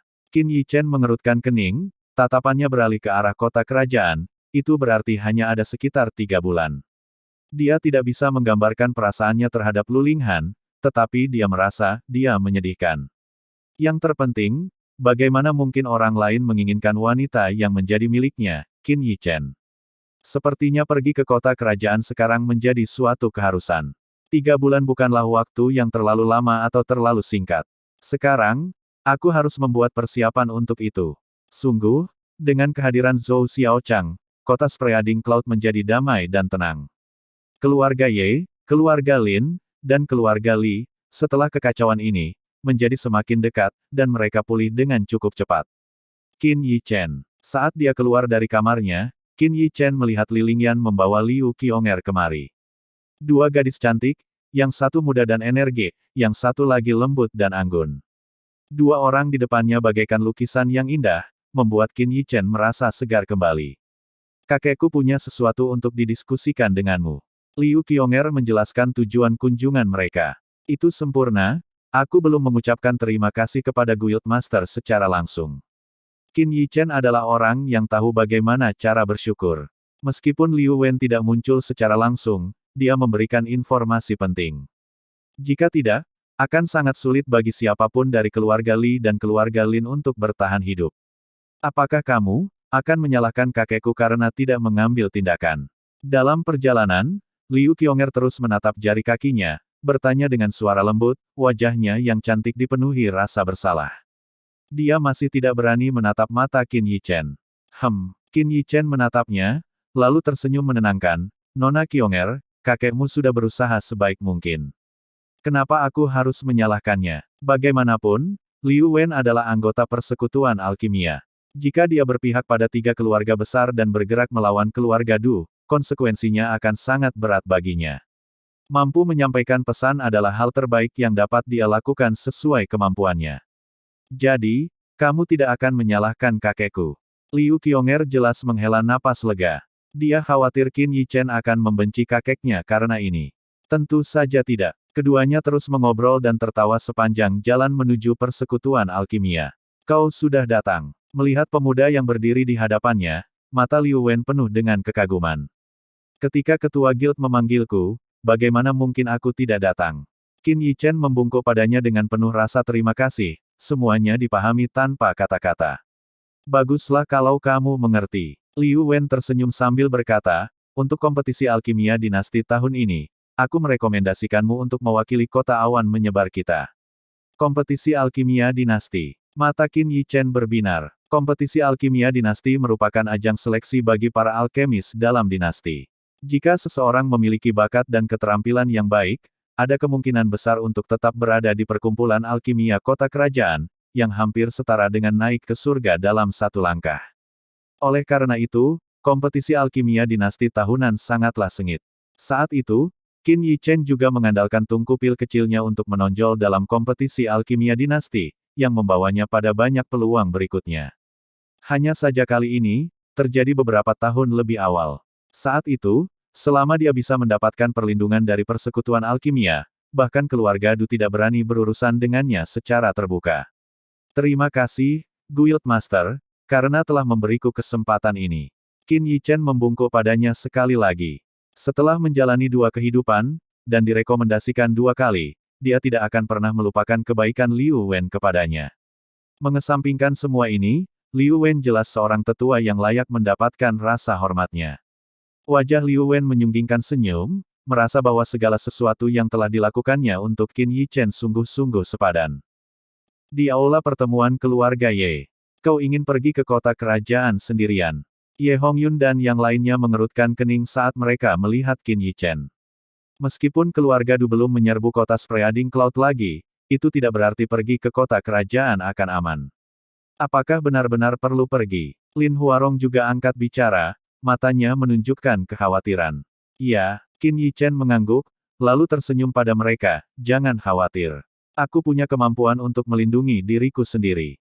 Selain itu, aku mewakili Spreading Cloud City saat berpartisipasi dalam kompetisi alkimia. Keluarga Du tidak akan berani bertindak terlalu jauh. Semua orang terdiam. Mereka tidak dapat membantah logika ini. Berpartisipasi dalam kompetisi alkimia dinasti adalah sesuatu yang dicari banyak orang tetapi tidak dapat diperoleh. Manfaatnya jelas bagi semua yang hadir. Mungkin ini kesempatan bagus, kesempatan untuk maju ke kota kerajaan. Berhati-hatilah dalam segala hal yang kamu lakukan. Li Yuanfei dan yang lainnya, merasa mereka tidak bisa menahannya di sini, hanya bisa setuju. Di mata mereka, tidak peduli seberapa hebatnya Qin Yichen, dia tetap saja seorang remaja muda. Hanya Ye Liangchen yang tetap makan asal-asalan, seolah tidak peduli sama sekali dengan masalah ini. Dia tahu betul bahwa orang seperti Qin Yichen tidak akan pernah melakukan sesuatu yang tidak dia yakini. Ketika aku sudah memantapkan langkah di kota kerajaan, sudah waktunya bagi kita untuk mendapatkan pijakan di sana. Qin Yichen tampak sangat percaya diri. Bab 96, Rumput Layu Akibat Embun Beku. Jika ingin pergi dalam jangka waktu lama, Qin Yichen harus mengatur beberapa hal terlebih dahulu. Hal pertama yang dia lakukan adalah meminta 3 keluarga besar untuk membeli Frost Withered Grass. Rumput layu beku. Ye Hongyun, Lin Huarong, dan Li Yuanfei semuanya menunjukkan ekspresi bingung. "Ya, beli saja sebanyak yang kau bisa," jawab Qin Yichen sambil tersenyum. Pada era ini, belum ada seorang pun yang mengetahui kegunaan Frost Withered Grass. "Apa gunanya membeli Frost Withered Grass?" tanya Lin Huarong. Di masa mudanya, ia sering menjelajah ke pegunungan Black Diamond dan berbagai tempat berbahaya. Ia pernah mendengar tentang Frost Withered Grass, tetapi tampaknya tidak banyak gunanya, hanya berfungsi untuk menetralkan khasiat obat. Jadi, itu tidak terlalu berharga. Bahkan jika terlihat, tidak ada yang mau repot-repot mengambilnya. Apakah kita bisa mendapatkan pijakan di kota kerajaan atau tidak, itu semua tergantung pada seberapa banyak rumput layu beku yang bisa kita dapatkan. Pernyataan Qin Yichen ini membuat mereka menganggapnya serius. 10.000 tahun kemudian, Frost Withered Grass akan menjadi persediaan yang langka, hampir mencapai titik di mana satu rumput bernilai 1.000 emas. 1.000 emas mungkin berlebihan, tetapi secara tidak langsung menunjukkan pentingnya Frost Withered Grass. Alasannya sederhana, karena sifat penetralnya, Frost Withered Grass menjadi bahan penting untuk pil komposit 10.000 tahun kemudian. Pil komposit mengacu pada satu pil dengan berbagai kegunaan. Misalnya, pil saat ini sangat unik dalam penggunaannya. Pil penyembuhan hanya bisa menyembuhkan, pil pemulihan Yuan hanya bisa memulihkan energi Yuan, namun, pil komposit berbeda, mereka bisa menggabungkan satu atau dua efek menjadi satu pil. Pil dengan efek yang berbeda tidak dapat digunakan secara bersamaan. Lagi pula, pil dengan efek pengobatan yang berbeda akan saling bertentangan. Jika pil yang berbeda dimasukkan ke dalam tubuh pada saat yang sama, bukan saja mereka tidak akan sembuh, tetapi bahkan mungkin memperburuk kondisinya. Disinilah pentingnya pil komposit mulai terlihat. Untuk membuat gebrakan di Royal City, mereka perlu membuat debut yang mengejutkan.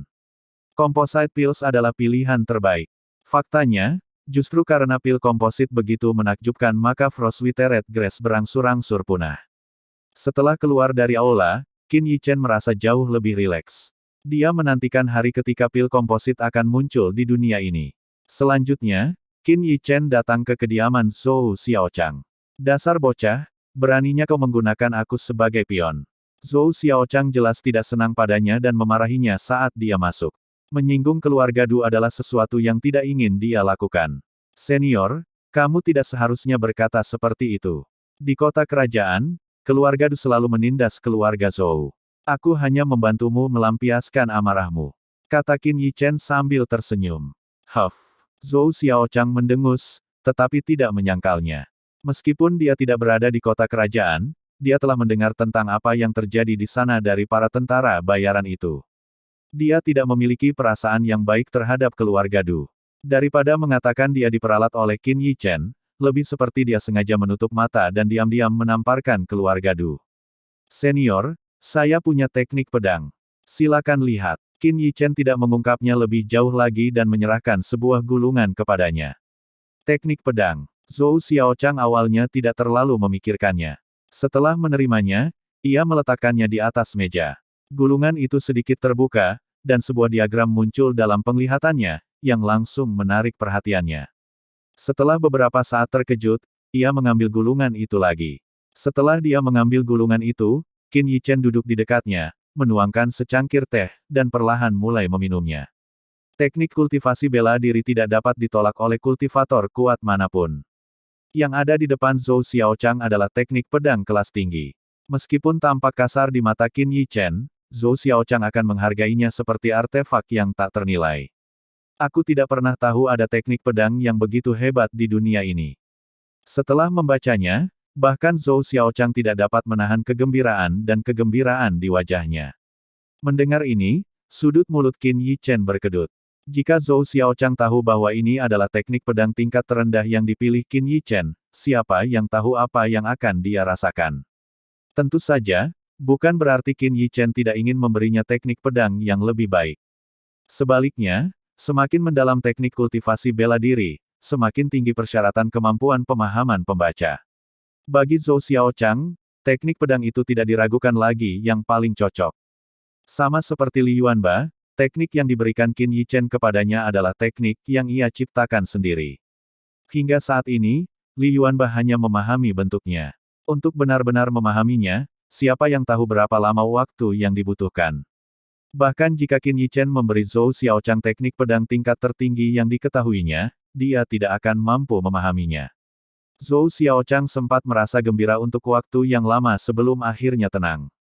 Namun, tangannya yang memegang gulungan itu tidak pernah mengendur. Dia tampak gugup, seolah takut Qin Yichen akan mengambilnya kembali. Katakan padaku, apa syaratmu? Melihat pemuda itu dengan senyum santai di depannya, Zhou Xiaochang berkompromi sekali lagi. Dia tidak punya pilihan, semua yang dikatakan anak laki-laki ini tidak dapat ditolaknya. Bagaimana kalau senior pergi dan menghancurkan keluarga Du? Tidak mungkin. Meskipun Zhou Xiaochang menolak dengan ekspresi dingin, dia tidak menunjukkan niat untuk mengembalikan gulungan itu kepada Qin Yichen. Seperti memberi makan anjing liar. Ia pergi dan tidak akan kembali. Qin Yichen menghela napas dengan sengaja, lalu berkata, bagaimana kalau senior tinggal di sini selama setengah tahun? Menghancurkan keluarga Du tidaklah realistis. Namun, jika Zhou Xiaochang pergi bersamaku ke kota kerajaan, kota awan tersebar akan kehilangan keamanannya. Untuk mengikat orang tua ini, aku hanya bisa mengeluarkan teknik pedang ini. Zhou Xiaochang berpikir sejenak, dan akhirnya mengangguk, setuju. Setelah berkata demikian, dia langsung meletakkan gulungan itu ke dadanya dan memejamkan mata untuk beristirahat, memperlihatkan sikap meremehkan. Qin Yichen merasa geli, karena tahu dia takut dia akan meminta kembali. Dia menangkupkan tangannya dengan hormat dan berjalan keluar. Dengan keamanan Spreading Cloud City yang terjamin, Qin Yichen memikirkan apa yang harus dilakukan selanjutnya. Meski Zhou Xiaochang memimpin dinasti Unicorn Surgawi, dinasti itu stabil seperti Gunung Tai, tujuan Qin Yichen bukan hanya dinasti ini. Ia ingin pergi ke tempat yang lebih besar. Namun, itu pasti membutuhkan orang-orang yang lebih kuat untuk memimpin tempat-tempat baru tersebut. Li Yuanba, tak seorang pun yang lebih memahami daripada Qin Yichen, betapa besar potensi yang sesungguhnya dimiliki oleh orang barbar masa depan yang tak terhentikan ini. Jadi, setelah meninggalkan kediaman Zhou Xiaochang, Qin Yichen pergi mencari Li Yuanba. Apa? Datang untuk mengajariku teknik palu lainnya. Li Yuanba dengan santai meninjunya begitu mereka bertemu. Untungnya, dia menggunakan tinjunya alih-alih palu raksasanya. Kalau tidak, Qin Yichen tidak akan bisa menahannya. Setelah berhasil menembus alam martial Grandmaster tingkat puncak dengan mengonsumsi susu roh berusia 1000 tahun, serangan berkekuatan penuh Li Yuanba adalah sesuatu yang bahkan tidak dapat ditahan oleh martial Grandmaster tingkat puncak kedua, apalagi seorang master bela diri seperti Qin Yichen. Apakah kamu tahu apa artinya menggigit lebih dari yang bisa kamu kunyah? Qin Yichen mengusap bahunya yang sedikit sakit dan memutar matanya ke arahnya, kamu bahkan tidak bisa menggunakan gerakan pertama dengan baik, apa gunanya memberimu lebih banyak gerakan? Omong kosong. Li Yuanba membelalakkan matanya dan mengambil palu raksasanya, siap untuk berdebat dengannya. Menyapu ribuan pasukan, kuncinya ada pada momentum, bukan kekuatan. Lihatlah dirimu sendiri. Kamu seperti orang biadab. Setelah satu gerakan, kamu sudah pusing karena berputar-putar. Itu mungkin membuat beberapa anak takut, tetapi dalam pertarungan nyata dengan para ahli, satu celah dan kamu akan kehilangan segalanya. Qin Yichen menunjukkan kelemahan dalam setiap gerakannya, mengkritiknya sebagai sesuatu yang hampir tidak berguna. Tentu saja, kemampuan Li Yuanba untuk memahami bentuk dalam rentang waktu sesingkat itu sudah mengesankan, dan dia bahkan sudah mulai memahami pentingnya momentum dalam gerakan tersebut. Jika orang lain, mereka tidak akan bisa tampil sebaik itu. Tetapi Li Yuanba memahami poin utama teknik palu penguasa sejak awal. Tidak heran aku merasa ada yang aneh, Li Yuanba bergumam sambil menggaruk kepalanya. Bab 97, Wanita adalah masalah. Teknik palu hanya dapat ditempa dengan baik di medan perang. Qin Yichen berkata dengan ekspresi serius, menatap Li Yuanba, meskipun tidak ada medan perang di dinasti Unicorn Surgawi, ada tempat di mana pertempuran sengit terjadi. Kamu bisa pergi ke sana untuk berlatih. Saat dia berbicara, Qin Yichen memberinya peta. Di mana ini? Membuka peta, wajah Li Yuanba penuh dengan kebingungan. Jelas, dia tidak bisa membaca peta. Qin Yichen menepuk dahinya dengan susah payah. Pada akhirnya, dia harus meminta Li Yuanfei untuk mengirim orang pintar untuk membimbing Li Yuanba ke sana. Kalau tidak, dia tidak akan pernah bisa menemukan tempat itu. Dengan seseorang yang membimbingnya, Li Yuanba tidak ingin tinggal lebih lama lagi dan langsung meraih kerah pemandu itu dan berjalan keluar. Setelah dia pergi, Qin Yichen berbalik dan berjalan menuju halamannya sendiri.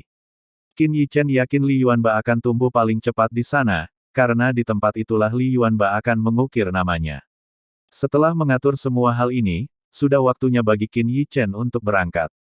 Pergi ke kota kerajaan, dia tidak hanya berpartisipasi dalam kompetisi alkimia dinasti. Dia perlu mencari tahu apakah Lu Linghan benar-benar hamil atau hanya berpura-pura. Mungkinkah benar-benar ada kebetulan seperti itu di dunia ini? Astaga, surga benar-benar kejam. Di kehidupanku sebelumnya, aku tetap perawan. Aku begitu murni bahkan air seniku dapat menangkal kejahatan. Menjalani dua kehidupan namun aku kehilangan keperawanannya dengan cara yang kacau, tiba-tiba diberi anak seperti itu juga. Aku hanya bisa menangis untuk kedua kehidupan itu. Namun, Qin Yichen beralasan, Lu Linghan memiliki Yin Meridian.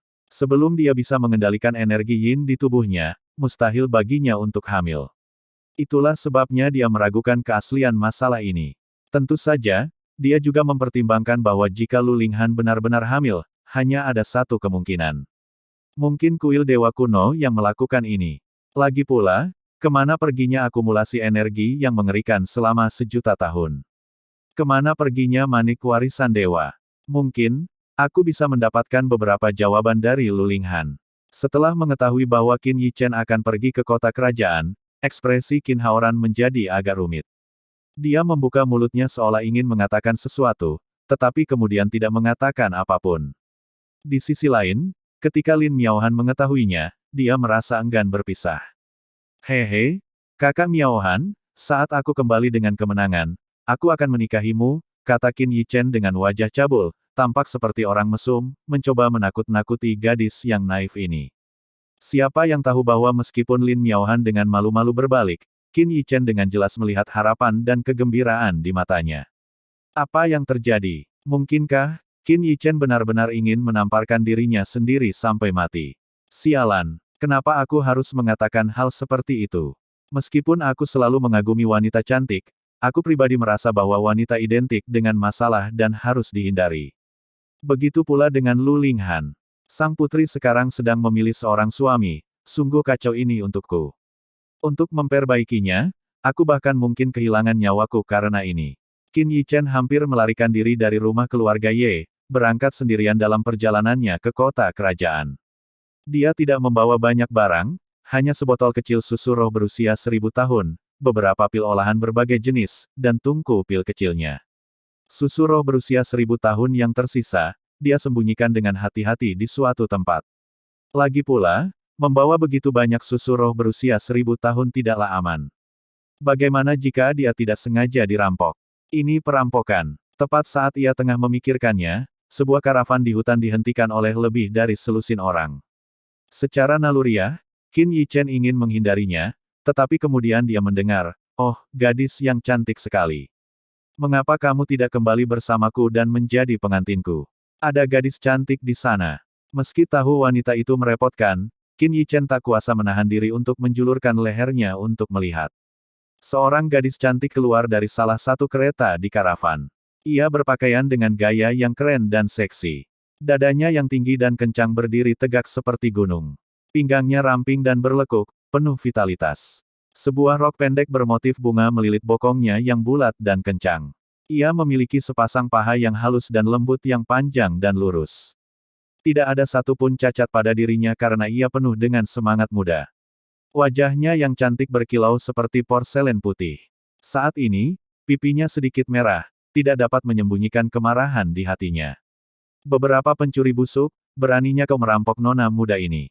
Kata-kata yang menyenangkan sekaligus marah keluar dari mulut mungilnya yang imut. Gadis ini mengayunkan cambuk yang terbuat dari bahan yang tidak diketahui dan menyerang ke arah sekelompok penjahat. Ah, sakit. Ampuni, gadis kecil. Kami tidak akan berani lagi, kami tidak akan berani. Siapa sangka kawanan pencuri yang tampak kuat itu malah dihajar dan diminta ampun oleh seorang gadis kecil. Namun, jika mereka benar-benar memiliki kemampuan, siapa yang akan keluar untuk merampok? Mereka pasti sudah berpetualang atau menetap di kota-kota besar sejak lama. Kejam, barbar. Qin Yichen langsung menjuluki gadis kecil itu seperti itu dan bersiap untuk menjauh. Alasan dia memanggilnya gadis kecil adalah karena gadis itu jelas lebih muda daripadanya. Masih mencoba lari. Teriakan genit terdengar, dan Qin Yichen merasakan angin di belakang kepalanya. Menggunakan teknik jatuh, dia nyaris menghindari cambuk mematikan itu. Ada apa denganmu? Qin Yichen mengumpat dengan marah, tatapannya menyapu kakinya yang halus dan panjang. Kakinya memang patut dipuji. Oh, kau memang punya beberapa keterampilan untuk seorang pencuri kecil. Mata gadis kecil yang cantik dan cerah itu berkedip. Sedikit rasa ingin tahu muncul di pupil matanya. Mata mana yang melihatku sebagai pencuri? Qin Yichen hampir menggertakkan giginya, matanya dipenuhi dengan kemarahan yang lebih besar. Jika dia tidak takut menimbulkan masalah, dia benar-benar ingin meraihnya dan memukulnya. Dalam hatinya, dia mencapnya lagi, gadis ini tidak punya otak. Semuanya masuk ke dadanya. Siner, jangan kasar. Sebuah suara bagaikan alunan musik surgawi terdengar dari kereta karavan, menghentikan kenakalan gadis kecil itu. Seorang wanita cantik bertubuh tinggi, berpakaian putih mengangkat tirai dan berjalan keluar. Penampilannya agak mirip dengan gadis kecil bernama Siner. Gaun putih tipis seperti kain kasa membuatnya tampak seperti berjalan di tengah kabut. Hanya berdiri di sana dengan tenang, dia seperti lukisan yang indah, mengalahkan semua keindahan lainnya, membuat orang-orang kehilangan jati diri. Dibandingkan dengan Siner yang muda dan energik, dia tampak berwibawa dan cantik, mulia dan tenang. Kulitnya seputih salju, kakinya lurus, pinggulnya montok, semuanya memancarkan pesona dewasa. Alisnya juga menunjukkan bahwa dia berkemauan keras sebagai seorang wanita. Kakak, kenapa kau tidak membiarkanku memberi pelajaran pada pencuri ini? Siner cemberut, matanya masih menatap Qin Yichen dengan niat jahat, dengan cambuk di tangannya yang gatal ingin menyerang. Sudah kubilang aku bukan pencuri. Urat-urat di dahi Qin Yichen berdenyut-denyut. Melihat bokongnya yang kencang, tangannya gatal ingin memukul. Bagaimana kau bisa membuktikan bahwa kau bukan pencuri? Si cantik mungil itu mengerucutkan bibirnya, memperlihatkan gigi-gigi mungilnya yang lucu. Cambuk di tangannya mencambuk udara, menciptakan serangkaian ledakan sonik, tampak seolah-olah dia akan mencambuknya 100 kali jika dia tidak bisa menjelaskan dengan jelas. Lihat, apa ini? Aku seorang master alkimia, mengerti. Seorang master alkimia. Untuk menghindari masalah, Qin Yichen harus mengeluarkan medali master alkimianya dan berteriak histeris kepadanya. Gadis kecil ini, bagaimana dia bisa cantik? Dia lebih seperti iblis kecil. Ahli alkimia. Alkimia muda seperti itu. Setelah melihat medali di tangannya, wanita di kereta itu menatap Qin Yichen lagi. Tiba-tiba, jejak keterkejutan melintas di matanya yang cantik. Seorang alchemy master yang masih muda, hal semacam ini tidak biasa bahkan di Royal City, kan? Bab 98, Para Saudari Cantik. Wanita cantik itu turun dari kereta dan berjalan menuju Qin Yichen. Dari dekat, wanita itu bahkan lebih menakjubkan. Dia benar-benar cantik. Bahkan dibandingkan dengan Lu Linghan, yang dikenal sebagai wanita tercantik di dinasti Unicorn Surgawi, dia tidak kalah. Orang hanya bisa mengatakan bahwa masing-masing mempunyai pesonanya sendiri. Kecantikan Lu Linghan terletak pada kemuliaannya. Sedangkan wanita ini, kecantikannya terletak pada keanggunannya yang lembut. Tuan muda, Siner tidak tahu apa-apa dan telah menyinggung Anda. Saya harap Anda bisa memaafkannya. Suara wanita itu seperti aliran air jernih. Itu dapat membersihkan jiwa seseorang. Itu membuat hati Qin Yichen yang awalnya sedikit kesal menjadi berdebar-debar. Kalau mau adil, di hadapannya ada sosok cantik sejati. Tidak apa-apa, aku orang besar yang tidak menyimpan dendam terhadap orang-orang picik seperti itu. Jadi, aku tidak akan bertengkar dengannya. Qin Yichen melambaikan tangannya dengan murah hati, lalu menyimpan medali master alkimianya. Namun, kata-katanya sekali lagi membuat Siner si gadis kecil marah. Dia berteriak seperti kucing yang ekornya diinjak, dasar pencuri. Siapa yang kau panggil hina? Cukup, Siner, berhenti main-main. Wanita cantik itu menghentikannya. Untungnya, meskipun si cantik kecil itu keras kepala dan berubah-ubah, dia tetap mendengarkan wanita itu. Namun, dia masih menggembungkan pipinya dan melotot marah ke arah Qin Yichen, dengan jelas menyatakan kepadanya, aku tidak akan membiarkanmu lolos. Kita telah mempermalukan diri kita sendiri. Wanita itu menatap Siner dengan tatapan tak berdaya, lalu berkata kepada Qin Yichen, Tuan muda, apakah Anda menuju ke kota kerajaan? Jalan ini mengarah langsung ke kota kerajaan. Benar sekali. Melihat Qin Yichen mengangguk, mata wanita itu berbinar. Nama keluargaku Su Ruyan, dan ini adik perempuanku Susin. Dia memperkenalkan dirinya terlebih dahulu lalu mengajak, kami tinggal di kota kerajaan dan akan pulang. Jika Tuan Muda tidak keberatan. Aku tidak mau, Susin memprotes, tetapi terdiam oleh tatapan tajam Suruyan. Namun, tatapannya ke arah Qin Yichen masih penuh permusuhan, seolah berkata, jika kau setuju, aku akan membuatmu menderita. Baiklah, Qin ini harus berterima kasih atas tawaran baikmu. Di bawah ekspresi tercengang si cantik kecil, Qin Yichen setuju. Melihat penampilannya yang panik dan melompat-lompat, Qin Yichen merasa bahwa perjalanannya tidak akan membosankan. Dibandingkan dengan gadis cantik itu, wajah cantik Suruyan menunjukkan sedikit kegembiraan. Bisa berkenalan dengan master alkimia muda seperti itu jelas merupakan hal yang baik. Nona muda kedua, apakah Anda baik-baik saja? Kembali ke karavan, seorang pelayan tua mendekat dengan wajah khawatir. Pandangannya segera tertuju pada Qin Yichen. Tidak apa-apa, Paman Wen. Tolong siapkan tempat untuk tuan muda ini. Suruyan melambaikan tangannya, menunjukkan tidak ada masalah, lalu mengatur tempat. Dia mengangguk ke arah Qin Yichen sebelum memasuki kereta. Paman Wen menatap penuh tanya pada Susin yang masih marah, tidak mengerti apa yang telah terjadi. Anjing kudisan. Susin cemberut, melotot ke arah Qin Yichen, dan ikut masuk ke dalam kereta.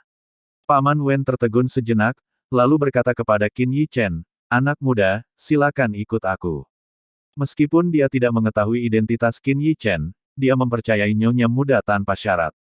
Meskipun Suruyan adalah seorang wanita, dia telah menghidupi seluruh keluarga dengan kemampuannya sendiri. Tindakannya ini berarti bahwa pemuda di hadapannya pasti memiliki sesuatu yang luar biasa tentang dirinya. Paman Wen tidak berani mengabaikannya, menuntun Qin Yichen ke karavan dan menyiapkan kereta yang bagus untuknya. Perjalanan itu sangat membosankan dan menjemukan. Untungnya, Susin datang untuk memprovokasinya dari waktu ke waktu, menambah sedikit kesenangan pada perjalanan yang membosankan ini. Dia juga suka menggoda si cantik kecil ini, hampir setiap saat menyebabkan Suruyan ikut campur. Namun, karena Qin Yichen terlalu dekat dengan kedua saudari itu, tatapan orang-orang di sekitarnya dipenuhi dengan kecemburuan, bahkan permusuhan. Di dalam hati para penjaga karavan, nyonya muda mereka adalah orang suci yang tak dapat diganggu-gugat. Selama perjalanan, kafilah itu diserang beberapa kali. Para penyerang ini tidak seperti pencuri-pencuri yang lemah itu. Sebaliknya, para penyerang ini cukup kuat. Meskipun ada beberapa martial grandmaster di antara para penjaga karavan, banyak orang masih terluka. Bahkan nyonya muda kedua, Susin, mengalami kemunduran kecil dan terluka ringan. Meskipun Susin masih muda, dia sudah menjadi master bela diri tingkat puncak dengan teknik cambuk yang dipraktikkannya dengan sempurna. Dia sama sekali tidak lemah. Kemundurannya tentu saja karena munculnya master bela diri agung di antara para penyerang. Fakta bahwa ada grandmaster bela diri yang merampok di jalan raya cukup menarik.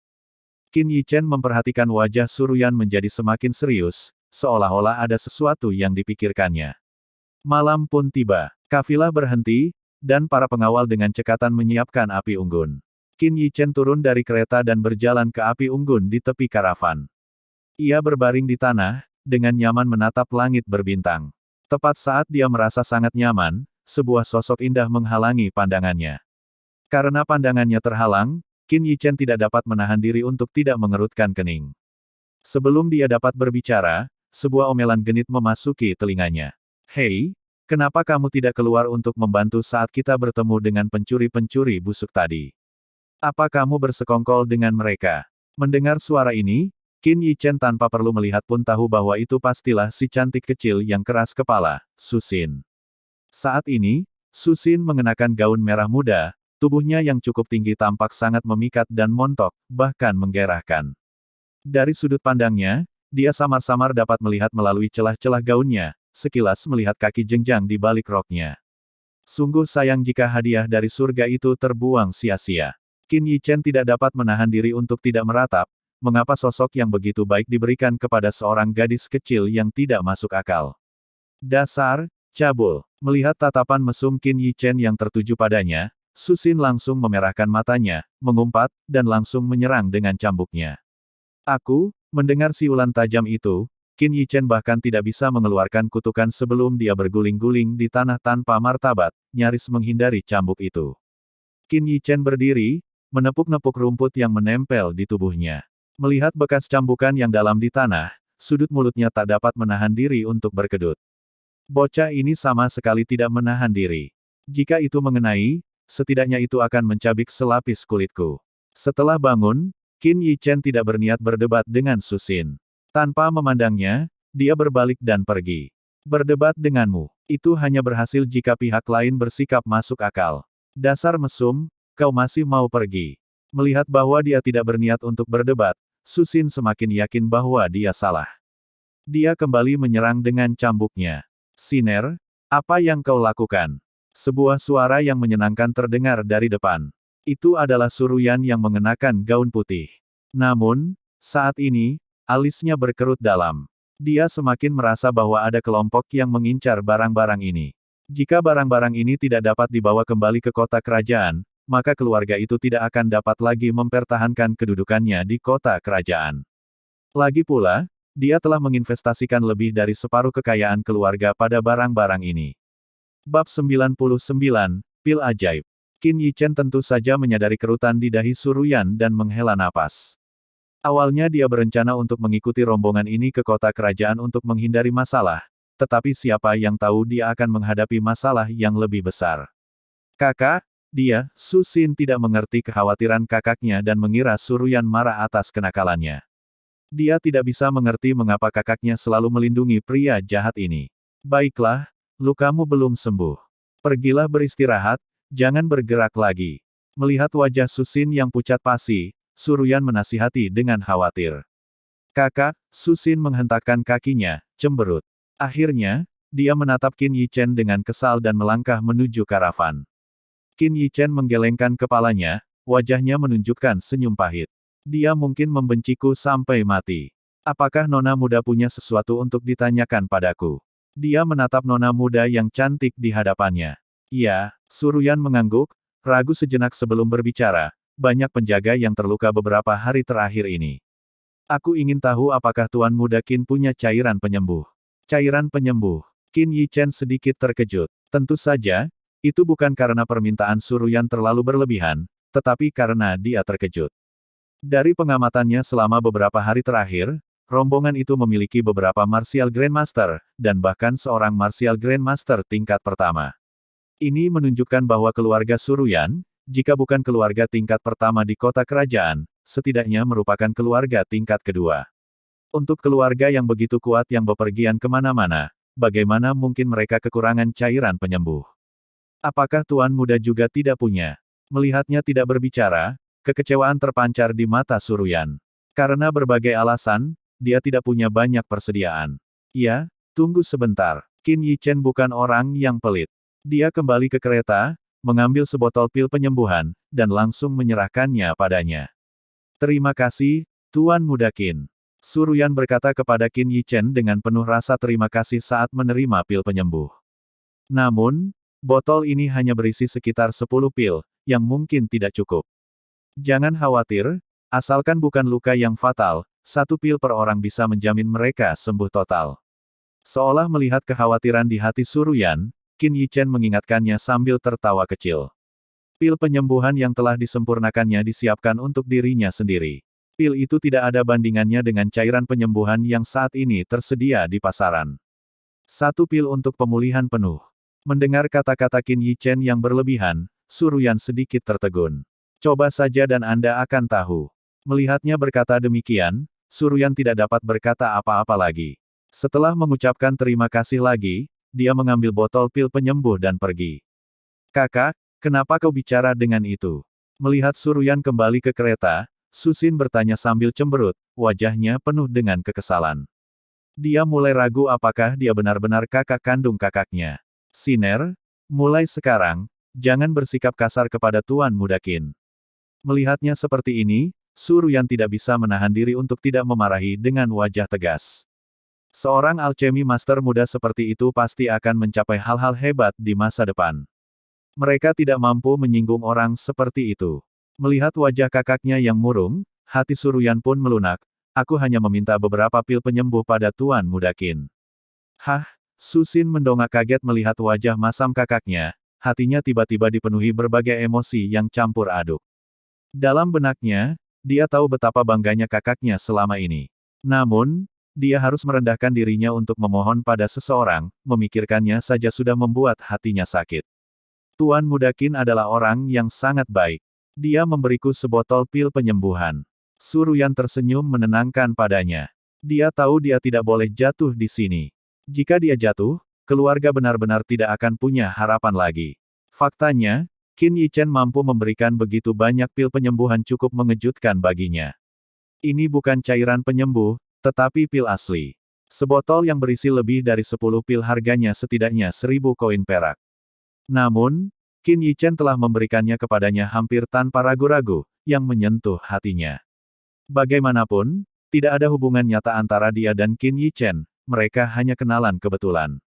Hanya satu botol. Pelit sekali, meskipun Su Xin masih mengatakan ini, rasa tidak sukanya terhadap Qin Yichen di hatinya tampaknya telah sedikit memudar. Cukup, Suruyan melotot ke arahnya, merasa tidak berdaya menghadapi adik perempuannya yang keras kepala. Minumlah satu pil dulu, lalu aku akan membagikan sisanya kepada para penjaga yang terluka. Dia menyerahkan botol itu kepada Su Xin dan menambahkan, Tuan Muda Qin berkata bahwa selama lukanya tidak serius, minum satu pil akan menyembuhkanmu sepenuhnya. Jadi, jangan sia-siakan. Satu pil, sembuh total. Apakah dia pikir ini pil ajaib? Saat dia berbicara, wajah Su Xin kembali dipenuhi ketidakpuasan. Sedikit rasa baik yang baru saja dia bangun langsung lenyap. Bukannya dia belum pernah menggunakan pil penyembuh sebelumnya. Bahkan pil berkualitas tinggi yang dibeli di kota kerajaan hanya menstabilkan luka seseorang. Untuk pemulihan total, mereka masih perlu mengonsumsi berbagai pil atau ramuan obat lainnya. Satu pil untuk pemulihan total. Bagaimana mungkin? Namun, dia tentu saja tidak tahu bahwa botol pil penyembuhan yang diberikan Qin Yichen kepada mereka adalah botol yang unik di dunia ini. Disiapkan untuk digunakan sendiri, Qin Yichen tentu saja melakukan yang terbaik yang dia bisa. Su Xin dengan marah membuka tutup botol. Begitu dibuka, tercium aroma obat samar-samar. Namun, jika dibandingkan dengan pil penyembuhan biasa, aromanya agak kurang, bahkan mirip dengan beberapa cairan penyembuhan kelas rendah. Apakah ini benar-benar bisa disebut pil? Pil yang terbuang akan lebih akurat. Jika pil yang keluar tidak halus dan mengilap, Su Xin pasti sudah membuangnya. Namun, kalau dipikir-pikir, dia belum pernah menggunakan pil mengilap seperti itu sebelumnya. Pasti pil itu setidaknya kelas 4, kan? Dia segera menggelengkan kepalanya. Bagaimana mungkin orang itu punya pil kelas 4? Dalam pikirannya, dia adalah seorang pencuri, seorang cabul, dan juga seorang kikir. Namun sekarang, Su Xin tidak punya pilihan lain. Bahkan jika pil itu adalah pil yang paling tidak efektif, efeknya seharusnya tidak lebih buruk daripada cairan penyembuh kelas atas. Dibandingkan dengan tidak memiliki obat penyembuh sama sekali, meminum pil ini tidak diragukan lagi jauh lebih baik. Hah? Karena kesal, Su Xin menelan pil penyembuh. Namun, saat pil itu masuk ke mulutnya, wajah cantiknya berubah. Ekspresi terkejut terpancar di matanya yang cerah saat dia menatap botol obat di tangannya, tidak dapat bereaksi untuk waktu yang lama. Siner, ada apa? Melihat ekspresi terkejutnya, Suruyan berpikir ada yang salah dengan pil itu dan bertanya dengan cemas. Su Xin tidak menjawabnya. Setelah pil itu masuk ke dalam tubuhnya, dia berkonsentrasi, lalu memejamkan mata dan duduk bersila. Setelah beberapa saat, di bawah tatapan khawatir Suruyan, Su Xin perlahan menghembuskan napas keruh dan perlahan membuka matanya. Namun, di matanya yang indah, ada ekspresi terkejut yang tak tersamarkan. Semua luka di tubuhnya telah sembuh saat obatnya mulai bekerja. Selain itu, dia merasa bahwa kultivasinya bahkan telah meningkat. Dalam waktu singkat ini, seluruh kondisinya benar-benar telah pulih ke puncaknya. Itu, benar-benar pil ajaib. Mohon supportnya ya buat Mimin, biar Mimin tetap bisa bayar langganan internet dan listrik. Karena channel ini tidak dimonetize, dan kemungkinan juga akan ditolak jika dimonetize. Soalnya cuma gambar yang diberi suara hasil generate dari Google aja.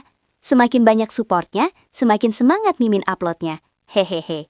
Link ada di deskripsi ya. Terima kasih. Bab 100, Pemborosan Karunia Surga.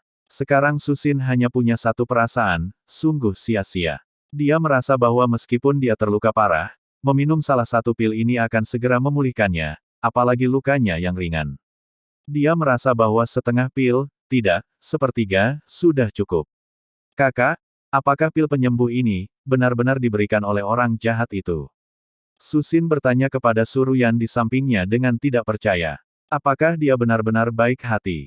Tentu saja itu darinya. Cairan penyembuh sudah lama habis, kenapa? Apakah ada yang salah dengan pil ini? Suruyan juga cemas, dan sedikit gugup, takut kalau adik perempuannya akan bereaksi buruk. Pil penyembuh ini pasti bernilai lebih dari 1000 perak. Suara Susin bergetar. Dia tidak pernah membayangkan bahwa pria yang dia ganggu setiap hari akan bersedia memberikan pil seperti itu. Meskipun dia keras kepala dan berubah-ubah, dia tidak sepenuhnya bodoh. Pil dengan efek seperti itu, bahkan di kota kerajaan, adalah sesuatu yang belum pernah dia dengar sebelumnya. Itu benar-benar pil yang menyembuhkan segalanya. Obat untuk segalanya. Jika pil seperti itu dijual di kota kerajaan, harga tiap pil tidak akan kurang dari 1000 koin perak, bahkan mungkin lebih. Orang-orang kaya, demi keselamatan mereka sendiri, tidak akan peduli dengan sejumlah kecil perak ini.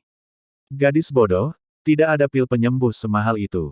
Mendengar perkataan Susin, Suruyan tidak dapat menahan diri untuk tidak menepuk dahinya. Menurutnya, Susin pasti bicara omong kosong karena lukanya sudah sembuh. Lagi pula, luka Susin tidak terlalu serius sejak awal, jadi tidak mengherankan jika dia pulih.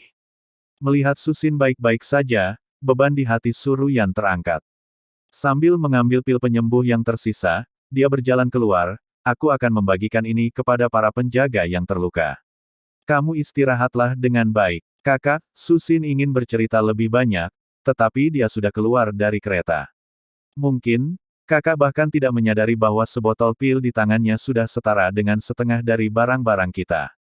Aneh, bagaimana mungkin orang itu punya pil seperti itu? Sambil bertanya-tanya akan hal ini, Susin juga melangkah keluar dari kereta. Di api unggun yang sama, dari sudut yang sama, sepasang kaki panjang dan indah yang samar-samar terlihat sekali lagi dalam pandangan Qin Yichen. Apakah aku sedang bermimpi? Qin Yichen, yang hampir tertidur dengan mata menyipit, menatap tajam ke arah kaki-kaki indah itu. Lumayan, lumayan.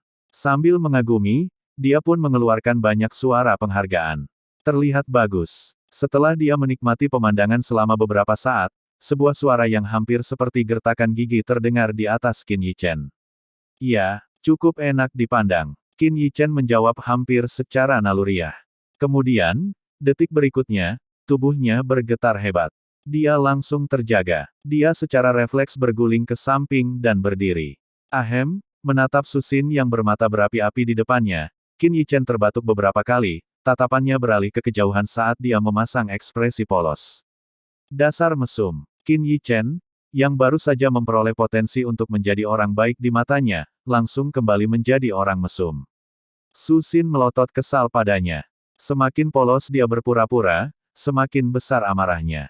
Kalau bukan karena pil itu, dia pasti sudah mencambuknya sekarang. Dari mana kamu mencuri pil-pil itu? Susin melirik Qin Yichen. Dia merasa tidak peduli bagaimana dia memandangnya, dia merasa kesal, dan tangannya gatal ingin dicambuk. Secara kebetulan, saat dia mengatakan hal ini, tangan Qin Yichen juga gatal ingin dipukul. Tepat saat dia hendak meraih gadis kecil itu dan memukulnya, ekspresinya tiba-tiba berubah serius. Cepat beritahu adikmu kalau ada yang datang.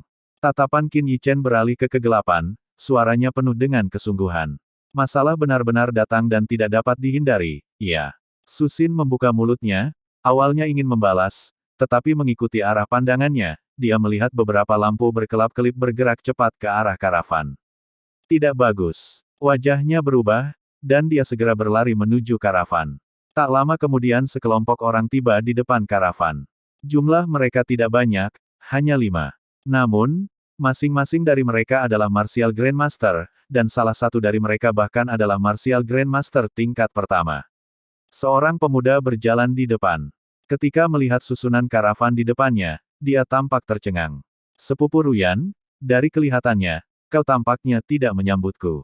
Seorang pemuda berkata kepada Suruyan dengan senyum yang tidak sampai ke matanya. Pandangannya terpaku pada sosok Suruyan yang menawan, membara dengan hasrat.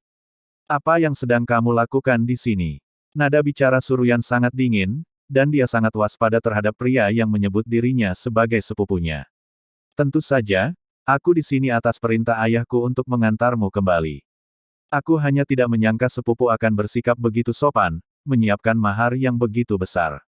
Sepupumu benar-benar tidak layak, pria itu mengatakan ini seolah-olah itu sudah menjadi hal yang biasa. Hal ini langsung membuat wajah Suryan menjadi pucat. Bagaimana mungkin seseorang bisa begitu tidak tahu malu? Dasar kodok menjijikkan, enyahlah. Kakakku tidak akan mau menikah denganmu.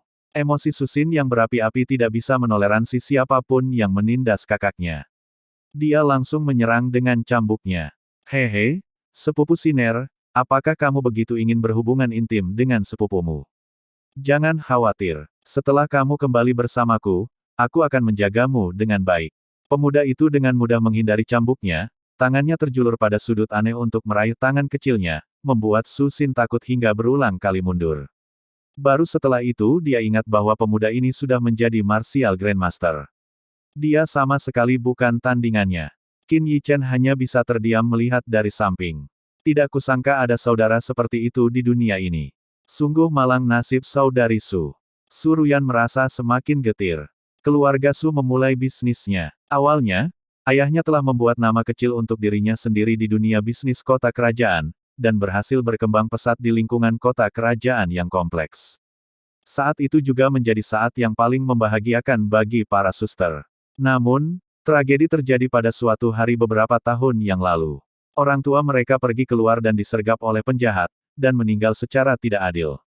Suryan yang malang, bahkan belum berusia 20 tahun, harus menanggung beban keluarga Su.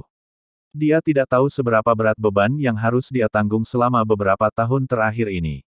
Pertama, tekanan dari para pesaing, yang menyebabkan pangsa pasar keluarga Su menyusut dan bisnisnya menjadi semakin sulit dipertahankan. Yang membuatnya semakin putus asa adalah sekelompok kerabat yang merendahkannya. Misalnya, pemuda yang muncul sekarang adalah putra sulung pamannya, Su Huili. Semua kerabat ini memandang keluarga mereka sebagai kue, masing-masing ingin datang dan menggigitnya. Tolong tahan dirimu, sepupu. Suryan menatapnya dengan mata dingin. Pada saat yang sama, dia juga mengerti mengapa mereka menghadapi begitu banyak serangan selama perjalanan mereka.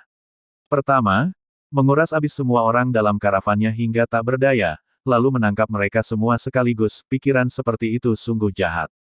Jika bukan karena sebotol pil penyembuhan yang diberikan oleh Qin Yichen, para elit karavannya tidak akan mampu melawan.